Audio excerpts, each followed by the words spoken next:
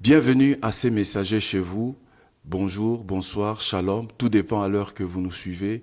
Aujourd'hui, je suis honoré de recevoir un homme de Dieu, Désiré Mukenge Chai, qui est serviteur dans une assemblée chrétienne ici à Bruxelles. Il est aussi missionnaire et enseignant de la foi et de la guérison. Il est marié et père de 3 enfants. Aujourd'hui, il va nous parler de la foi et de la guérison divine. Bonjour Désiré. Bonjour Samuel. Je sais que tu es un serviteur de Dieu qui est très intéressé par la guérison divine, au point où tu en as fait ton propre ministère. Ce sujet t'intéresse tout particulièrement parce que toi-même, ayant expérimenté la guérison divine, alors pour nous introduire, est-ce que tu pourrais nous parler de ta propre expérience de la guérison divine? Merci Samuel pour l'opportunité de pouvoir partager avec toi et de partager aussi avec les internautes ou les frères et sœurs qui nous suivent. C'est vrai que celui qui appelle au ministère d'abord c'est le Seigneur. Il m'a mis à cœur effectivement de pouvoir partager ce que j'ai expérimenté dans ma propre vie et surtout dans mon propre corps avec d'autres aussi pour que ils puissent connaître que Dieu a pourvu à notre guérison, à la guérison physique de nos corps, de la même façon qu'il a pourvu pour le salut de nos âmes. Par rapport à mon expérience personnelle, c'était en 2011, je suis tombé malade et après avoir consulté plusieurs médecins, je suis tombé chez un gastro-entérologue qui, après examen, radiographie, avec les scannings de tout mon système digestif et tout ça, ils arrivent à la conclusion que j'avais une maladie qui s'appelle syndrome de côlon irritable. C'est ça, c'est le nom. La particularité de cette affection-là, c'est que ça te donne des troubles au niveau de tes intestins, ça te donne des constipations, ça te donne des diarrhées, ça te donne des douleurs abdominaux épouvantables. J'ai dû expérimenter ça pendant presque une année. Et le gastro-entérologue à la fin conclura que c'est une maladie pour laquelle il n'y a pas de traitement. Et c'est là la base en fait de mon expérience avec la guérison divine. Comme les médecins ne pouvaient pas apporter des solutions, j'ai dû chercher alors la solution auprès du Seigneur lui-même. Alors, je passe un peu sous silence plusieurs épisodes de cette période-là, mais le Seigneur personnellement m'avertissait le fait que si je ne trouvais pas une solution auprès de lui, je risquais de traîner cette maladie-là le long de ma vie. Et c'était la réalité, parce qu'il n'y a pas de guérison. On peut te donner des médicaments pour te soulager, mais ces médicaments-là ne vont pas guérir ton infirmité. Ça, c'était la conclusion des médecins. Et alors, par la grâce de Dieu, Dieu m'avait mis en contact avec un certain serviteur de Dieu, un ministère, qui non seulement pria pour moi, mais c'est là que je découvrirai que Dieu pas seulement a pourvu à notre besoin pour le salut de nos âmes, mais il a pourvu aussi pour la guérison de nos corps. Ça, c'est ma première expérience avec la guérison divine. Et à orienter même mon ministère vers la guérison divine et la foi.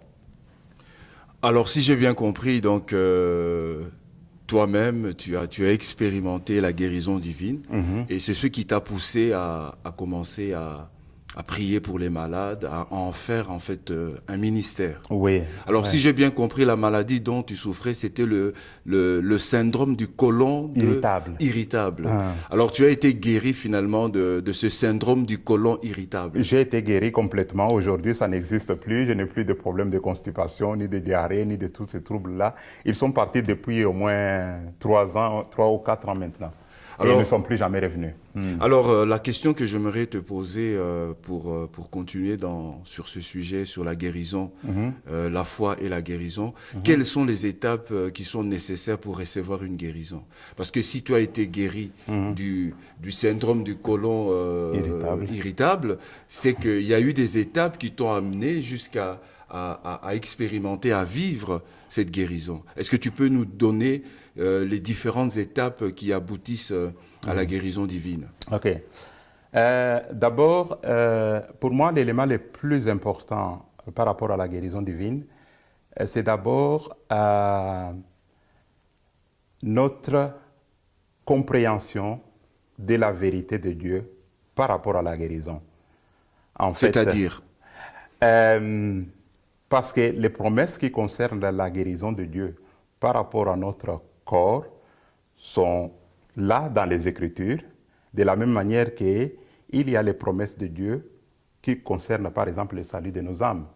La Bible dit que si nous croyons au Seigneur Jésus-Christ, qu'il a porté nos péchés dans le corps sur le bois, nous croyons le sacrifice de Christ sur la croix pour nos péchés, eh bien, nous serons pardonnés et nous sommes sauvés. Ben, c'est de la même manière, il y a aussi les promesses de Dieu dans les Écritures qui concernent notre santé divine, la guérison de notre corps.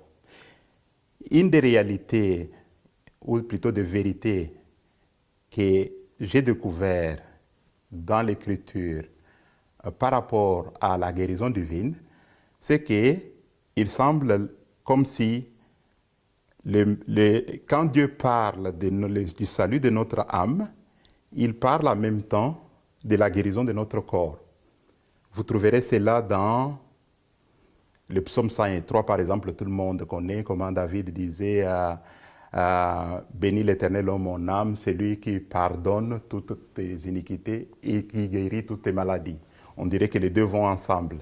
Et l'apôtre Pierre, plus tard, dans 2 Pierre, je pense chapitre 1, verset 22 ou 23, où il dit que le même Christ qui a porté nos péchés dans son corps sur les bois, de sorte qu'aujourd'hui, étant morts au péché, nous vivons pour la justice. Le même verset continue, il dit aussi que lui aussi, qui a porté nos maladies dans son corps, de sorte qu'aujourd'hui nous sommes guéris. Okay. Donc ça veut dire que Christ a payé à la fois pour le péché et il a payé aussi pour la maladie. Les deux, devant Dieu, sont sur le même pied. Maintenant, quelles sont les étapes pour obtenir la guérison divine? La première, c'est la manière où nous allons nous aligner avec la vérité de Dieu qui concerne notre guérison. OK? La deuxième étape, bien sûr, c'est que si nous sommes d'accord avec la parole de Dieu, ben, la deuxième étape, c'est la foi. OK? La Bible nous montre que sans la foi, il est impossible d'être agréable à Dieu. Même si Dieu nous a fait la promesse que nous pouvons être guéris, le deuxième élément, c'est de pouvoir avoir la foi. Parce que Dieu demande la foi pour pouvoir nous aider dans nos infirmités physiques. Là, si je peux m'adresser à ceux qui nous suivent, qu'ils reçoivent quelque chose, c'est la première chose qui était importante pour moi quand j'étais malade, c'était de savoir que c'était la volonté de Dieu que je sois guéri de ma maladie. Et ça, c'est très important pour quelqu'un qui souffre, qui ne se pose pas la question pour savoir si c'était la volonté de Dieu ou pas. Parce qu'il y a parfois des personnes qui mal interprètent certains passages des Écritures, qui pensent que quelque part Dieu veut les garder malades pour une raison quelconque. Donc la première chose qui est très importante quand on est malade, c'est de savoir que Dieu a pourvu pour ma guérison physique. Et si je suis d'accord avec cette réalité-là, alors je peux m'approprier la foi qui est nécessaire pour pouvoir obtenir la guérison. Parce que si tu y es d'accord que Dieu a pourvu à ta guérison, l'élément qui va te manquer pour pouvoir t'approprier la promesse de Dieu qui concerne la guérison, c'est la foi. Et alors, il y a besoin de rechercher la foi pour la guérison.